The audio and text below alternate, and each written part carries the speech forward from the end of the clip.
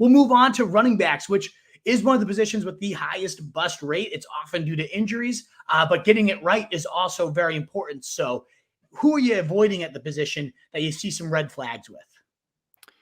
Cam Akers, not to just beat up on the Rams here all day, but Cam Akers coming off the Achilles tear. I know everyone wants to have an opinion on this. He rushes back last season. He had sort of this new surgery, apparently. I've had Edwin Porras of Fantasy Points on my show, a pretty good injury analyst. Awesome. And he talked a lot about this, and I don't want to just echo everything Edwin said. People should go back and listen to that episode of my show. But one of the things he talked about was that it's not about the fact that you come back from the Achilles. It's what version of you comes back from the Achilles when it sort of reshapes and heals. And is it 100%? Is it 70%? What is it? Obviously, Akers was not 100%, nor should we have expected him to be rushing back and playing in the playoffs. That was actually really awesome that he was able to do that. So props to him.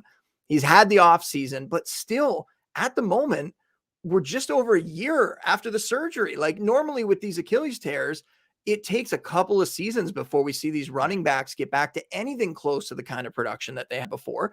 And I keep trying to remind everyone that Cam Akers got a cool name. He's on an awesome team and a great offense. And yet he was not an established star in fantasy before this injury happened. He was a guy that had a really good end to his rookie season and who we were projecting to be one of those next stars to step up. And then this injury happened. So it's not like we can just assume that boom, he's going to come back and he's going to be that same player. And you have a few things now. He's dealing with a soft tissue injury. Sean McVay says it's nothing serious, that he should be okay for week 1, but he's missing practice time now. His running mate, Darrell Henderson, also dealing with a soft tissue injury and missing some practice time. But Sean McVay referring to both of them as it feels like they have 2 lead backs.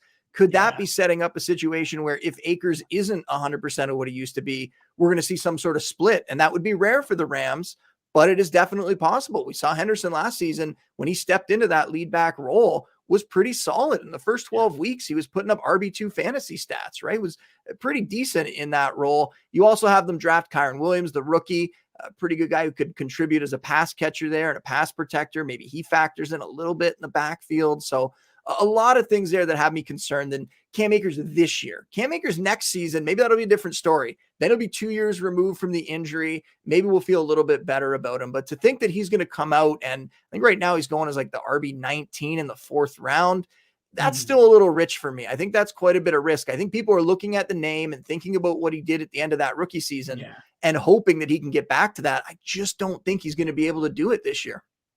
Yeah, I'm with you there. I absolutely see all the red flags. It's especially the committee. That was the one thing that kind of took me off guard. You know the Achilles, and we've seen it. You wonder, is the Achilles the new ACL? Where it's like we used to be ACL was devastating for multiple seasons, and now we're seeing people come back. James Robinson's now making this crazy recovery, but I do kind of want. I think it's safer to play I'll believe that when I see it, and maybe in a few years that is the case. He did face 3 of the toughest run Ds in the playoffs. I know it was brutal. I love the fact that he saw 19.25 opportunities per game, but as you mentioned, only averaged 2.6 yards a pop. It did not look anything explosive at all. Whether it's Akers or James Robinson, I just think it's important for people to remember that just because these guys are back out in the field, just because they're getting snaps and individual drills and even in 7-7 or in practice or even in the preseason, if it happens for James Robinson at some point here, he might not be 100% version of what he was before, right? If he comes out and gives you 80% of what he was, that might be fantastic in terms of his recovery and how fast he got back out there. But to expect that they're going to come back and be what they were before these injuries this fast, I think that's still foolish. I'm crossing my fingers. I hope it happens, but I'm not really betting on that being the most likely outcome. Yeah, absolutely. Especially when he's going in the same price range as Zeke. And I know Zeke has his own warts and everything too, but a guy that's been RB6 with a partially torn PCL last year and has seen 300 touches in every season of his career outside when he was suspended 6 games. I'll bet on that ahead of Akers. I'm with you there. You can even look at Saquon, the way he was back last year, but it didn't even look like Saquon. And sure, he had all the other Joe Judge offense, a lot of other things, but it didn't really look like him. Now you see some of the clips of him 2 years removed, and it looks like Saquon is now back. And maybe it does take a couple of years. You saw him dealing with a lot of compensatory injuries too. It might not be the Achilles that's necessarily hurting him, but as you mentioned, the soft tissue already for Akers. it does affect the other muscles around it when you're overcompensating at times too. So I 100% get it. He was a guy I was hoping to target, but just the more you research the Achilles stuff, too many red flags for me. I'm with you as well. You mentioned in your bust article as well, another running back coming off an injury. So a kind of trend there in J.K. Dobbins. Is he a guy that you're worried about too? Yeah, I think there's a few things with Dobbins. One, he came back to practice recently and then immediately missed some time again. So that's a little concerning. Like, it tells you he might not be all the way back yet. They're still going to need to ease him along here. So we're not sure about his availability for week 1. Will he be out there or not? Gus Edwards is apparently, who's also come back from the ACL tear.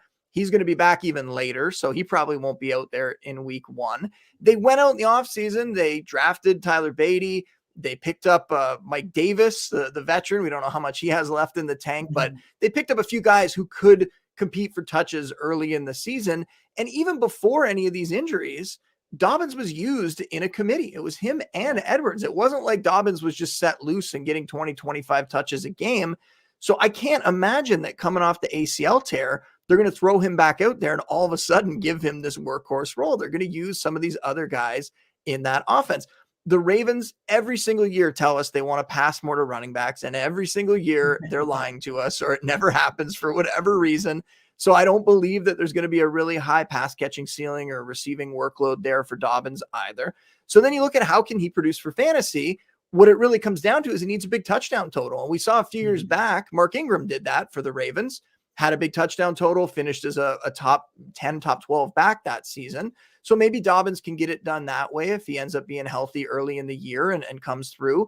But once again, enough red flags for me that kind of makes me shy away from him, that he's going to be back coming off this injury, coming back to a committee likely, and coming back to a situation where he's probably not going to get a ton of passing down work. So all those things together make him a guy that at best can just sneak into that low end RB2 range at this point. And you get to a quick cliff with running backs where all of a sudden the drop off happens and there's a bunch of guys that have issues and that you could be concerned about. So you have to kind of pick through the bunch, but I'm not expecting Dobbins to give you anything close to top 20 numbers this year. Yeah, I think you referenced exactly what I was hoping to get to, is that kind of last year, the dead zone seemed to happen pretty early, round 4 or 5. To me, there's still a couple guys that have some intrigue, but when that cliff hits, it's pretty ugly that I don't even want to have to pick through it and figure it out. The only guy really going after round 6 that I have any interest in until the later rounds, the round 9, 10, where it becomes, Chase Edmonds, some really intriguing pass catching candidates, the James Cooks in Buffalo, or even Singletary. I know your Bills over there. It could be an intriguing backfield. But yeah, there's this like 6 to 8 range that I just don't want any of these guys. One of them being Josh Jacobs. The committee situation with McDaniels. A lot of these guys fall in that idea of I like the talent, I hate the situation type of busts. And Jacobs is certainly one of them. They're already saying Zamir White is the successor in waiting. They didn't pick up Josh Jacobs's contract. You wonder if that flip happens as early as this year. Abdullah or Drake or somebody's going to eat the receiving work there too. So as good as this offense is going to be, you'd love to see somebody have that quote unquote, Harris or, back to even LeGarrette Blount role where they're scoring a ton of touchdowns. If that ends up being Jacobs, he'll pay off his price and pay it off well. But I am worried Zamir White, a pretty strong banger in there, might end up eating into that workload too. So I'm really worried about Jacobs. Like Miles Sanders in that range, no thank you. It seems like Kenny Gainwell gets the more valuable touches and goes 50 picks later. So I'll go to him if I want a piece of that backfield. And good line, good offense. I do want a piece of it, but give me the far cheaper one, getting the more valuable touches. You can't really do a running back bust show and not mention Gibson, but at this point, it's almost just like piling on. I think even before the preseason week 1 fumble, he would have been on my list. He probably was on your list in terms of it's a 3-headed nightmare, a gross looking offense, and he's probably losing goal line work and receptions, the 2 most valuable areas. But now he fumbles. He's practicing with the punt team and a gunner, and he's somebody that in the underdog drafts you're seeing just plummet, and I don't really even still want him after pick 100 where he's going at this range. You imagine in a home draft, maybe somebody who hasn't seen the news or somewhat might click on him. So I just got to throw his name out there. And I did want to ask, in your follow-up for him, are you high on Brian Robinson? Because I'm really intrigued by this kid as a late rounder. Well, I think you touched on it. One of the things that we're concerned about there is that J.D. McKissick's going to take that passing down work. So that's going to kind of limit everybody's ceiling, whether it's Gibson, whether it's Robinson.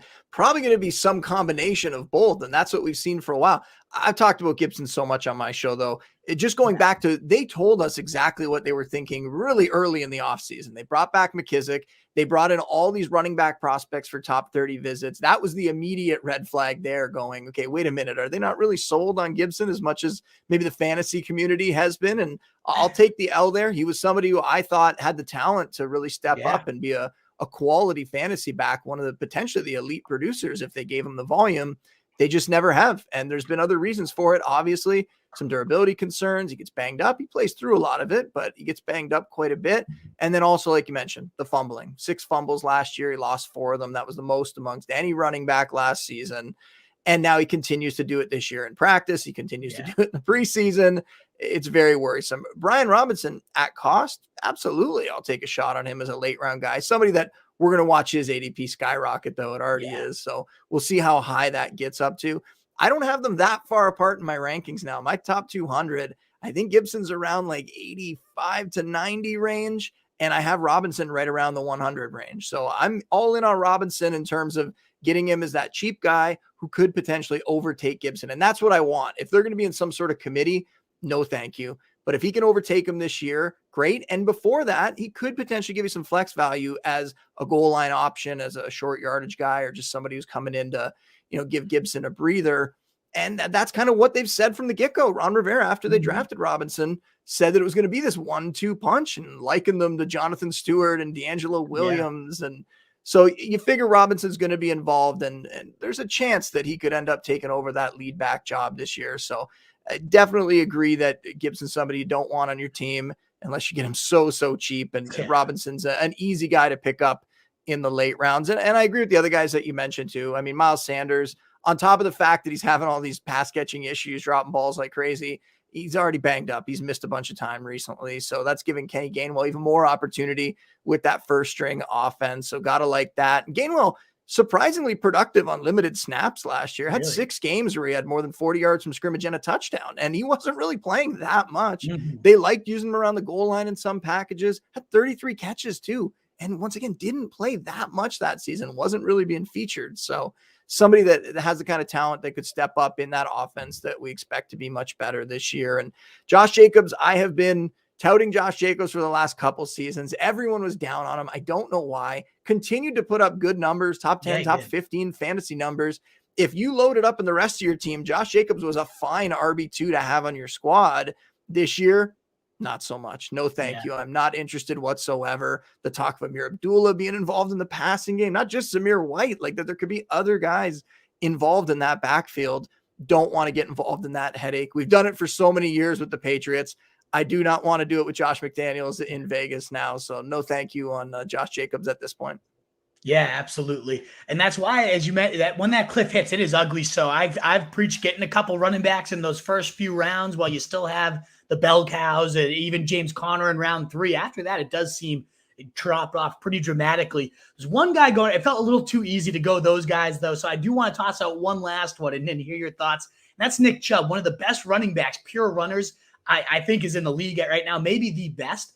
But where he goes late round 2, around the Kamaras, even Javonte Williams, I'm just not interested right now. And especially now that we know Watson's going to be missing 2/3, even 3/4 of the season with 11 total games.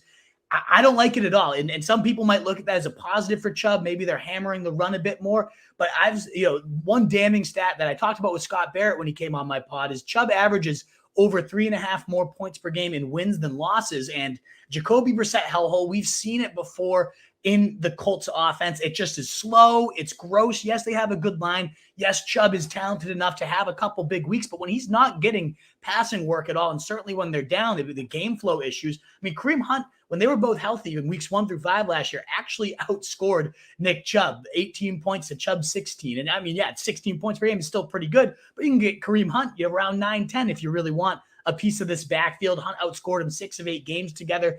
Even the last year, it's just a more valuable role that goes significantly cheaper. As good as Hunt, Chubb is, as good as they both are, they're both really, really good. I just don't like him at that cost. I have him, a solid 15 point picks below his ADP right now, despite loving the player. What are your thoughts quickly on Chubb? I think whether there's been talk that Kareem Hunt could be traded or released, maybe it's Dearness Johnson who ends up getting released or traded. Either way, there's going to be somebody else involved in that backfield as well. So maybe with Jacoby Brissett at the helm, if all the volume was going to Chubb, maybe then you still like him for fantasy. But I think in that scenario, he is still going to be working with somebody else. So that bumps him down outside of my top 12. I actually have him at RB15 at the moment. I've moved a couple guys like Javonte Williams even above him on the more recent news that Melvin Gordon finally admitting that Javonte probably is going to be the guy there, and that's what the team wants. And there's also some other concerns, not just the quarterback situation and what that offense could do, but they've lost a couple centers. They lost J.C. Treader, their center last year, their veteran guy. They lost Nick Harris to injury. He's gone. They lost, I don't even know the guy's name, but another depth guy. Right now you have a big void potentially at center on a line that was really good. You also have Jack Conklin on the right side that he should be ready for week 1, but a guy that consistently keeps getting hurt, not out there for full season. So you got to have some worry there as well. So just some cracks in what was, a great offensive line. And that offensive line has really been what's helping power the run game as well, not just Nick Chubb. So if that offensive line isn't, the top 2 or 3 unit, which it has been in the last couple seasons, that could be concerning as well. Absolutely. Yep. The line is probably the biggest boost for him. So if that's not that's actually, he didn't even have that as part of my case against him. So just further evidence, I'm avoiding him certainly at that end of round 2. He'd have to fall pretty deep into round 3 for me to consider. And even there, I'd rather have a James Conner. What is up, you fantasy wolf? Thanks so much for tuning in. If you haven't already, share your thoughts in the comments, check out some more videos, and join the newest Wolfpack by subscribing below.